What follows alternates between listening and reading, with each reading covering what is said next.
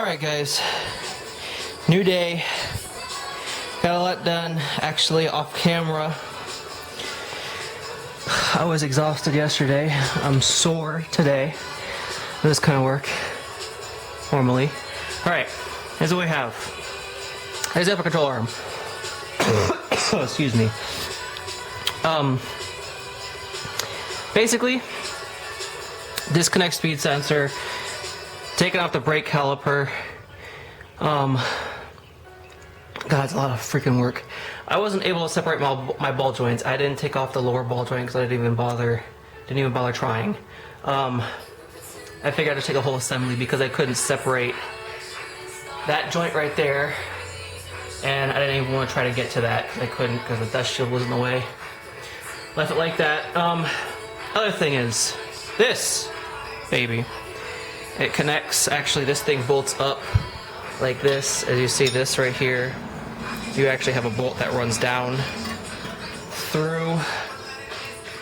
Let me see, where in the frame is, right here. That one right there. It runs down through the top.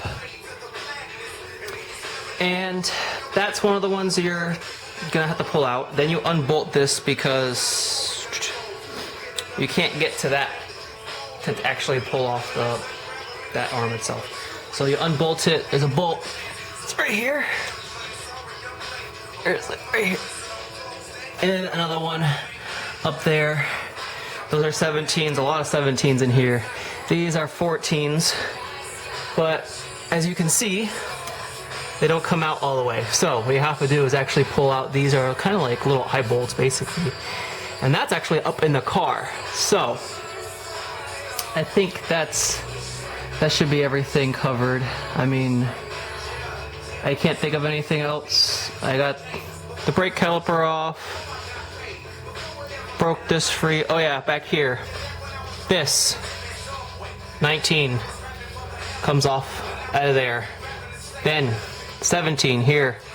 17 is that long bar right there.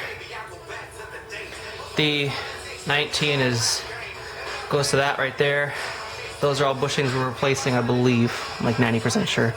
So I went ahead and disconnect the whole thing. I'm gonna do a sway bar here in a minute, but disconnect the end link right there. That little trick that I told you with the thing. Anyways, let's go back up in the car and we'll see. Suspension, the actual shock and spring. 2 bolts right here to pull off that and that. Alright, this right here is one of your eye bolts. There is the other one right there. Now, to get to that, there's a little secret. If you want to use a wrench, I suppose you can use a box wrench like I started it with a box wrench. But, lower your seat. There's little covers, little plugs here that actually go over those holes. Push those out from the back, and as you can see, gives you nice access to them on either side. That way you could take a wrench, a ratchet, and put it right down on top of there, pull it out. Those are 17s. Pull that all out, and I'm gonna end up taking all this over to my buddy's house eventually, so I'll go ahead and do this, get this side down, start on the other side, get that down, and continue on from there. Alright guys, I'm gonna show you here is give you a little bit better idea of what you're working with down here, since I didn't really show you. Alright, I've already started here a little bit. What you have is, you actually want to pull this bracket off. It's a bracket here, that's on the other side. Just a little 12mm nut. Same thing right here. That's actually right there. Pull that bracket off. Right there. 12mm nut. You got this bracket right here. By the way, this is your emergency brake line. So this is actually, steel braided line. This right here is your little 12mm. What you're also gonna need to do is take off the speed sensor brackets, which you can probably just take the 10mm, take that off right there. 10mm, yeah, 10mm right there. You have, this one was the hidden cover. I can't really see on the camera. There it is. right there. There's this little dust cover here. It's a little 10mm down here, and of course the one up front. Pull that off. There's that bracket. You have that 17, and hold on, I'm trying to use the camera here to find it. It's gonna be right there. There you go. That 17 right there. You don't need obviously a little extension. I use my 1/2-inch drive. I am not separating this ball joint because I am having trouble with that. Taking this off here. Here's your 19. Here's a 17. You actually got to hold this side and this side here. This one you actually don't have to hold because that is a welded nut on this side. So just the 19 on this side and you're set there. That's basically that. Just do all that and you're set. There's no, I mean, there's a little bit of adjustment here, I guess. This is the toe adjustment, I guess. But it's nothing really that after you're done, I mean, after you do really a lot of suspension work, you need to set your, you need to get an alignment done anyways. So, and I'm getting my alignment done. So, that's all that's what we have to work with. Stepping on my wheel chocks that I don't need, but yeah, that's what we're working with. All right, I gotta get to work now. All right, guys, last video died on me real quick. Where was I? Oh yeah, I had said, yeah, I'm not gonna record installation, reinstallation, because same as the reverse. You should be able to figure it out if you got this far anyways. If not, you can look back at the video. I will, however, record a couple little things while, if I find any, you know, tricks or tips I can give you guys. I will do that though, so yeah, that's about it. It's all out. It's ready to start. I will show another video of the installation of the bushings themselves. Probably be a several part video. It's probably going to be a several part video. Anyways, I'm going to start my next project. Alright, here we are, Mike's house. Got everything laid out, pretty much everything matched up to what we're using, what we're not. I guess, what did you go ahead and grab? You want the front lower control? No, yeah, front lower control arm there. Yeah, we're going to start with the front lower control arm. For these bushings, you need to get the metal cartridge out first. So we're going to drill holes around the rubber to weaken it, pop this bad boy out, and then we'll have access to the actual race. And then we can cut the race, just kind of split it, and then knock it out as well. So we'll get going. All right, cool. And that's going to be obviously the same both sides around. I think even the other one on both lower control arms too. So it's what, 4 for all front. Are going to be the same steps, pretty much. It's going to be the same. It'd be rinse and repeat every time for every bushing on the car. I mean, that's pretty much it for every single one. If anything really changes, I'll let you know.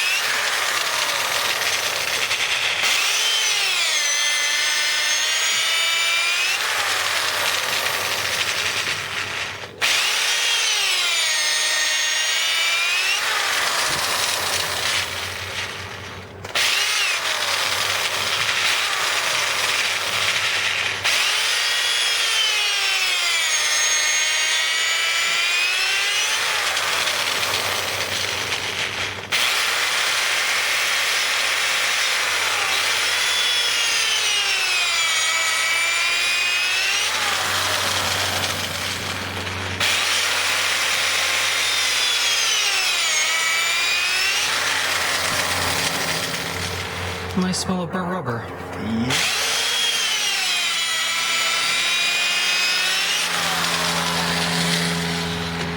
Alright, let's see how this thing goes to the other side. And do the other side.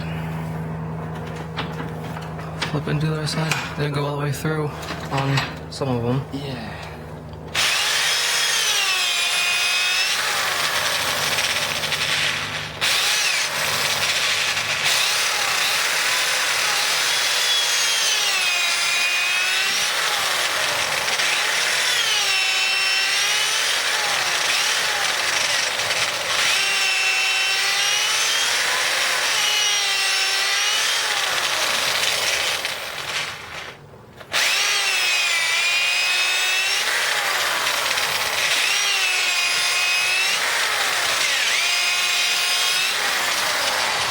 Basically, the more you do that, the easier it'll be to press them out. Right. There'll be less rubber holding on to them. If you don't have a super heavy duty press, it helps. The more you do, the better. If you have a heavy duty press, you can do a few and go to town. But I've actually broken one of these trying to just straight up press it out without enough drilling. So let's line this up and see if we can do this without breaking it. That's only a little 6-ton press.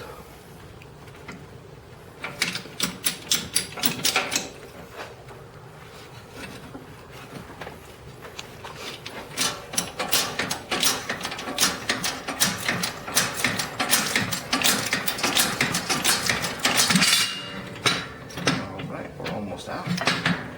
About halfway there. It's already broken free.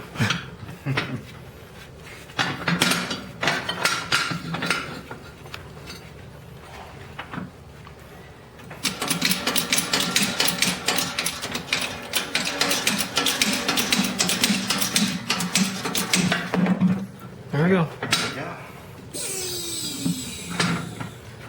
And that's exactly what you're looking for. Last step of that will be to cut the race out. Yep. And what you do is you go in with the Sawzall. You'll just notch the bearing race. Be careful not to cut into the control arm, of course. And then just a little hammer, it'll pop that right out. Cool. Basically just cutting the race out. Yep. A little Sawzall. So here we just want to put a nick in the race, just split it.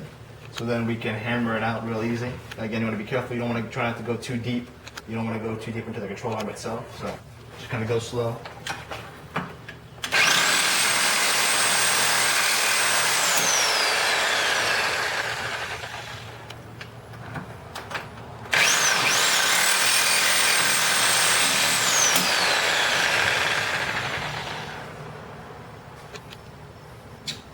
Okay. Just a little bit more.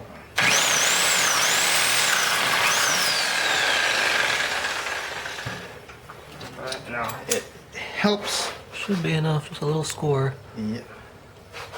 All the way through. Oh, my camera can't focus very well, but... Now it helps if you have an air hammer, some air tools. If not, you can just use a hammer and chisel. You're just going to go in here with this race and try to pop it out.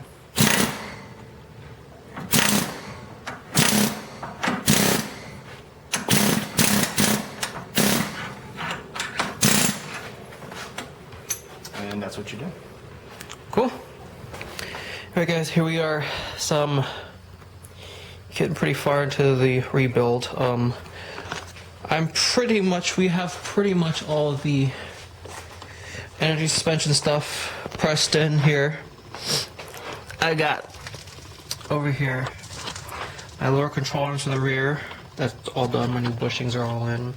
There are a couple you reuse the race. Let me go ahead and show you the ones you reuse the race for. Actually, this right here, I think energy suspension calls it the track bar, but you end up reusing that race. So what you do is after you drill the old race out, you have to basically grind out all the old rubber to press in the new bushing. You have to do it there. There's maybe one other place you do it. Let's go up here. Look at the front. The front up here. That one's in. They do not, unfortunately, make a lower control arm bushing for the front. They do for the SH, but not for the bass. So that bushing is actually a Moog bushing. Right, it's the same thing. You just press out the old bushing, cut the race, put the new bushing in. We got energy suspension and links on right there. Energy suspensions. Try to do this upside down. Where is it? Right there. Sway bar bushings in there. These upper control arm bushings. Here, let's go ahead. These, they don't actually have them for the bass, but you can use the SH bushings. You just end up wasting the lower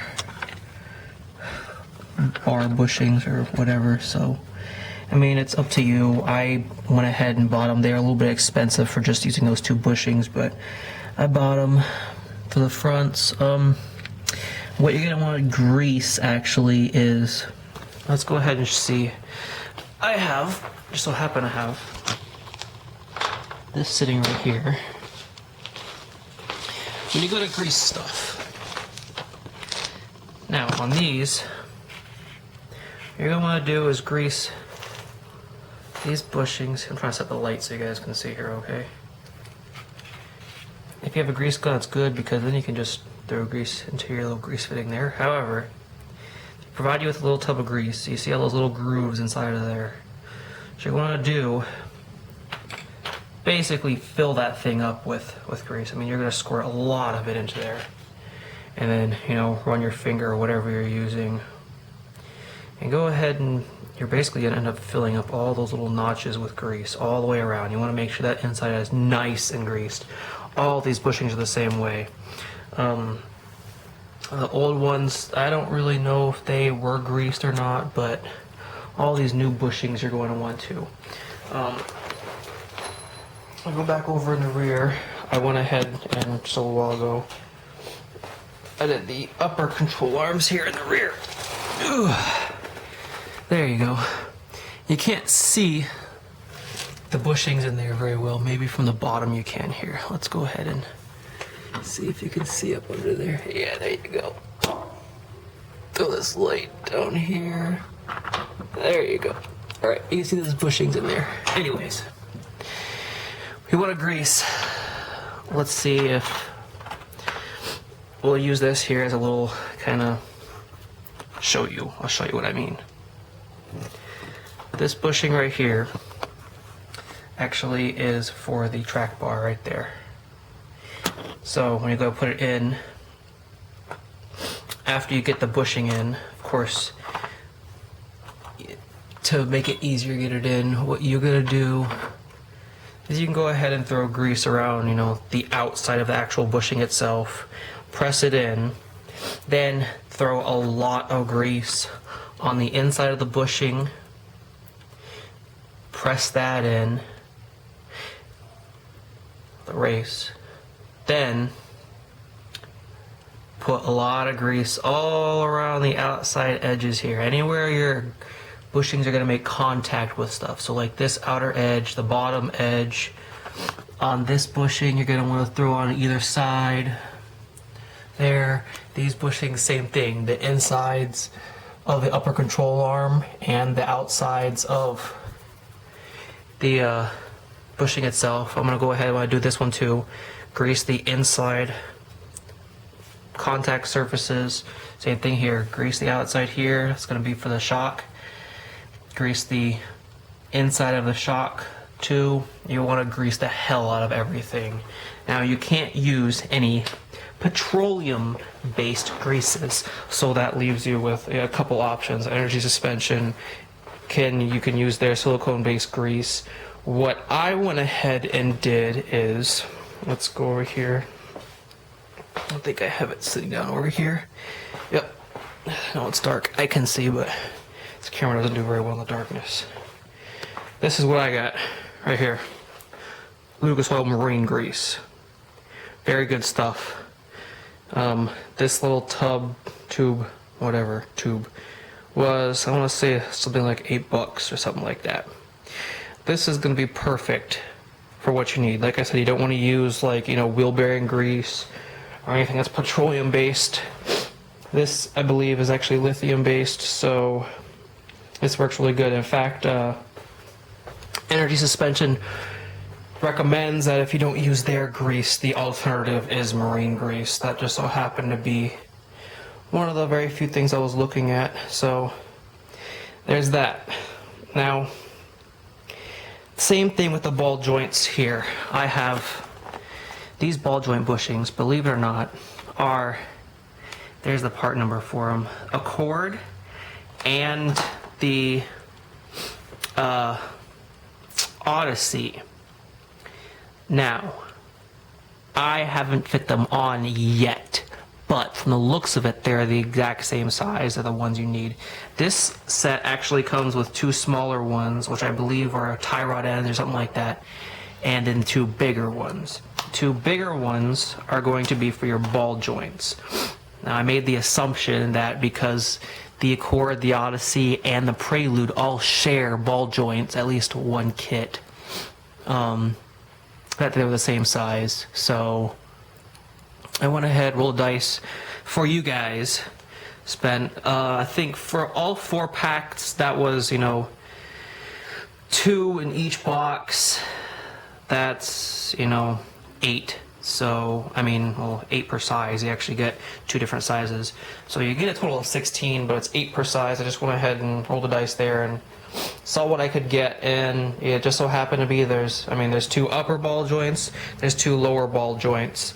Those bushings, I believe, are going to be the same. Once I get them on, I'll show you, but that too, you're going to want to pack with a non-petroleum based grease, because those 2 are polyurethane, and petroleum based greases will eat away at the polyurethane. So that's basically that. I haven't done a whole lot. The only other tip I have for you right now is I had to clean off my rear sway bar, so there's that. I went ahead, I've been using this brush, but yeah, cleaning off the rubber I was left over for whatever reason. It got stuck on my rear sway bar. Here, this radius, the radius rod here, I had a little bit of trouble lining it up right after I got it in, but basically what you want to do is you have the bigger bushing in the rear, the smaller bushing in the front, the little cups face outwards, believe it or not. You would think they would face inwards, but they actually face outwards.